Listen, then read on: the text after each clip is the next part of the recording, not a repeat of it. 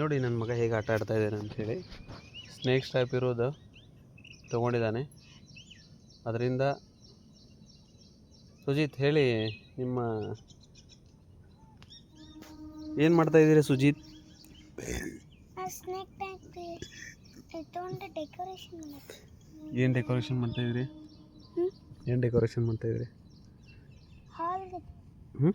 ಹಾಲ್ hall decoration ಮಾಡ್ತಾಯಿದ್ದೀರಾ? Okay, very good.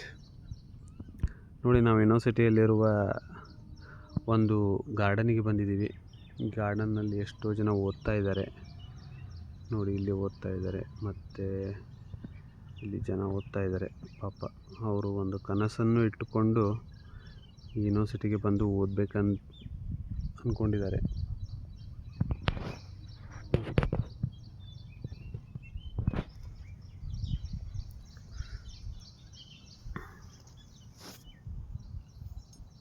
ನೋಡಿ ಎಷ್ಟು ಚೆನ್ನಾಗಿದೆ.